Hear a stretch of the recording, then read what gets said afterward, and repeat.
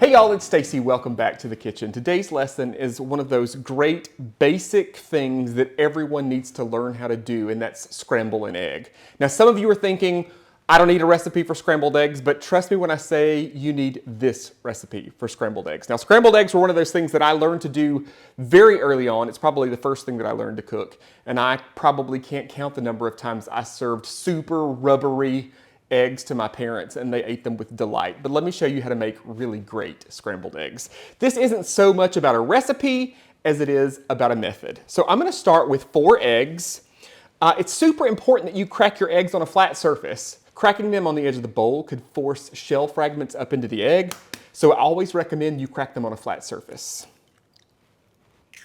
All right, so I've got a non-stick skillet here over medium heat. I'm gonna add about 2 tablespoons of butter and let that melt. I've got my 4 eggs here that I'm gonna whisk together.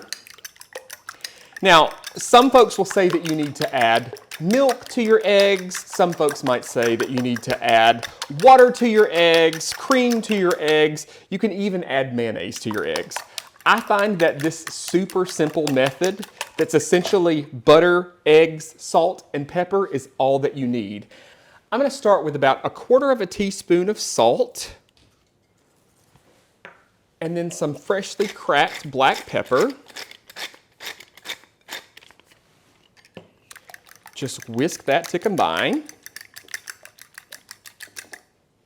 Now, once my butter is melted, I'm gonna reduce the heat to low because we wanna cook these low and slow. Now, this is not a recipe for a busy weekday morning. This is for a lazy Sunday morning when you've got about 20 minutes to make scrambled eggs.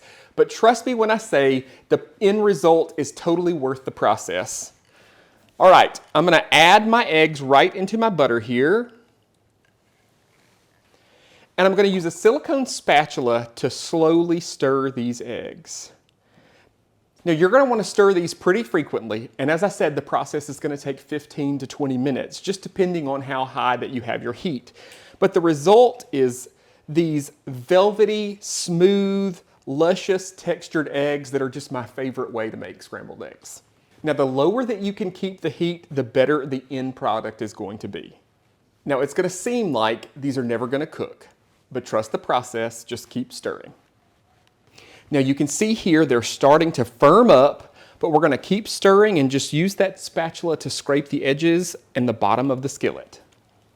Now, this is about the point where if you were going to add some shredded cheddar or some other kind of cheese, you would wanna add that here. And then we just keep stirring.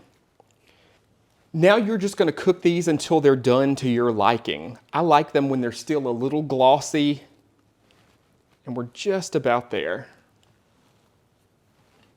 For me, this is just about perfect. You can see they're holding their shape nicely, but they're all cooked through. Got a plate here.